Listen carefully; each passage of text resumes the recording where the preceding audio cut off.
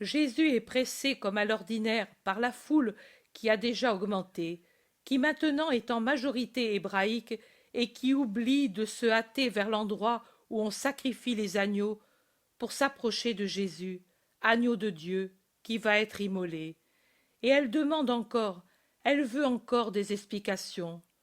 Nombreux sont les Hébreux venus de la diaspora qui, ayant entendu parler du Christ, du prophète galiléen, du rabbi de Nazareth, sont curieux de l'entendre parler et anxieux de s'enlever tout doute possible.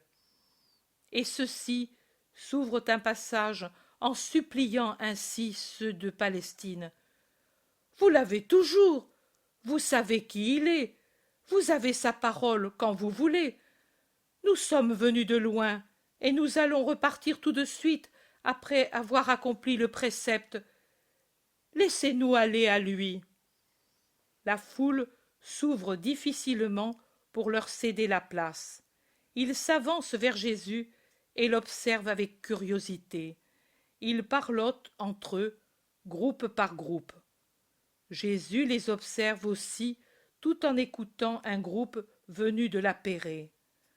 Quand ils lui ont offert de l'argent pour ces pauvres comme le font beaucoup, argent qu'il a passé comme toujours à Judas, il les congédie et il se met à parler.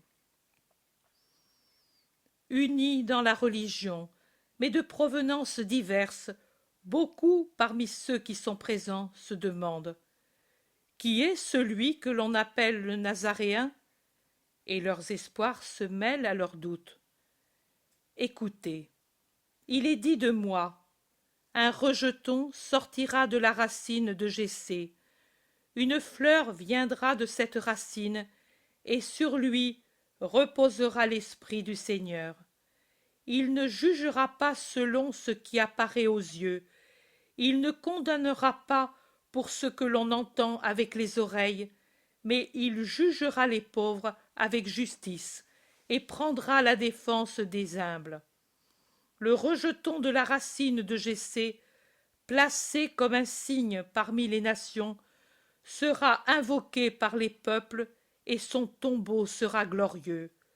Lui, après avoir élevé sa bannière pour les nations, réunira les réfugiés d'Israël, les gens dispersés de Juda. Il les rassemblera des quatre points de la terre. Il est dit de moi, voici, le Seigneur Dieu vient avec sa puissance, son bras triomphera. Il porte avec lui sa récompense, il a son œuvre devant ses yeux. Comme un berger, il fera paître son troupeau. Il est dit de moi, voici mon serviteur avec lequel je serai, en qui se complaît mon âme. En lui j'ai répandu mon esprit. Il amènera la justice parmi les nations. Il ne criera pas, il ne brisera pas le roseau fêlé, il n'éteindra pas la mèche qui fume encore, il fera justice selon la vérité. Sans être triste ou turbulent, il arrivera à établir sur la terre la justice, et les îles attendront sa loi. Il est dit de moi, moi, le Seigneur, je t'ai appelé dans la justice, je t'ai pris par la main, je t'ai préservé, je t'ai fait alliance du peuple et lumière des nations, pour ouvrir les yeux aux aveugles et tirer de la prison les prisonniers, et de la prison souterraine ceux qui gisent dans les ténèbres. Il est dit de moi, l'Esprit du Seigneur est sur moi, car le Seigneur m'a oint pour annoncer la bonne nouvelle à ceux qui sont doux, pour guérir ceux qui ont le cœur brisé, pour annoncer la liberté aux esclaves, la libération aux prisonniers, pour annoncer l'année de grâce du Seigneur. Il est dit de moi, il est le fort, il fera paître le troupeau avec la force du Seigneur, avec la majesté du nom du Seigneur son Dieu. Ils se convertiront à lui, parce que dès à présent il sera glorifié jusqu'aux derniers confins du monde. Il est dit de moi: j'irai moi-même à la recherche de mes brebis, j'irai à la recherche des égarés, je ramènerai celles qui ont été chassées, j'attacherai celles qui ont des fractures, je restaurerai les faibles, je surveillerai celles qui sont grosses et robustes, je les ferai paître avec justice. Il est dit: il est le prince de la paix, et il sera la paix. Il est dit: voici que vient ton roi, le juste, le sauveur. Il est pauvre, il chevauche un ânon. Il annoncera la paix aux nations. Sa domination ira d'une mer à l'autre jusqu'aux extrémités de la terre. Il est dit: 70 semaines ont été fixées pour ton peuple, pour ta cité sainte, afin que soit enlevée la prévarication, que le péché prenne fin, que soit effacée l'iniquité, que vienne l'éternelle justice, que soient accomplies les visions et les prophéties, et que soit oint le Saint des saints. Après 7 plus 62 viendra le Christ. Après 62, il sera mis à mort. Après une semaine, il confirmera le testament, mais, au milieu de la semaine, feront défaut les hosties et les sacrifices, et ce sera dans le temple l'abomination de la désolation, et elle durera jusqu'à la fin des siècles. Il n'y aura donc plus d'hosties en ces jours. L'autel n'aura pas de victime. Il aura la grande victime. Voilà que la voit le prophète. Quel est celui qui vient avec les vêtements teints en rouge? Il est beau dans son vêtement, et il marche dans la grandeur de sa force. Et comment celui qui est pauvre a-t-il teint son vêtement de pourpre? Voilà que le dit le prophète. J'ai abandonné mon corps à ceux qui le frappaient, mes joues à celui qui m'arrachait la barbe. Je n'ai pas éloigné mon visage de celui qui m'outrageait. Ma beauté et ma splendeur se sont perdues, et les hommes ne m'ont plus aimé.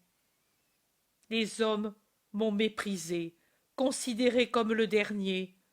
Homme de douleur, mon visage sera voilé et méprisé, et ils me regarderont comme un lépreux, alors que c'est pour tous que je serai couvert de plaies et mis à mort. Voici la victime. Ne crains pas, ô Israël, ne crains pas. L'agneau pascal ne fait pas défaut. Ne crains pas, ô terre, ne crains pas. Voici le Sauveur. Comme une brebis, il sera conduit à l'abattoir parce qu'il l'a voulu, et il n'a pas ouvert la bouche pour maudire ceux qui le tuent. Après sa condamnation, il sera élevé et consumé dans les souffrances. Il aura ses membres déboîtés, ses os découverts, ses pieds et ses mains transpercés. Mais après l'angoisse par laquelle il justifiera un grand nombre, il possédera les multitudes, parce que, après avoir livré sa vie à la mort pour le salut du monde, il ressuscitera et gouvernera la terre. Il nourrira les peuples avec les eaux vues par Ézéchiel, qui sortaient du vrai temple, qui, s'il est abattu, se relève par sa propre force, avec le vin dont s'est aussi empourpré le blanc vêtement de l'agneau sans tache, et avec le pain venu du ciel. assoiffés, venez aux eaux, affamés, nourrissez-vous, épuisés et vous malades, buvez mon vin. Venez, vous qui n'avez pas d'argent, vous qui n'avez pas de santé, venez, et vous qui êtes dans les ténèbres, et vous qui êtes morts, venez, je suis la richesse et le salut. Je suis la lumière et la vie. Venez, vous qui cherchez le chemin. Venez, vous qui cherchez la vérité. Je suis le chemin et la vérité. Ne craignez pas de ne pas pouvoir consommer l'agneau parce que manquent les hosties vraiment saintes dans ce temple profané. Tous, vous aurez à manger de l'agneau de Dieu venu pour enlever les péchés du monde, comme l'a dit de moi le dernier des prophètes de mon peuple. De ce peuple auquel je demande, mon peuple, que t'ai-je fait? En quoi t'ai-je contristé? Que pouvais-je te donner de plus que ce que je t'ai donné? J'ai instruit tes intelligences, j'ai guéri tes malades, j'ai comblé de bienfaits tes pauvres, j'ai rassasié tes foules, je t'ai aimé en tes enfants, j'ai pardonné, j'ai prié pour toi, je t'ai aimé jusqu'au sacrifice. Et toi, que prépares-tu pour ton Seigneur? Une heure, la dernière t'est donnée, ô mon peuple, ô ma cité royale et sainte. Reviens en cette heure au Seigneur ton Dieu.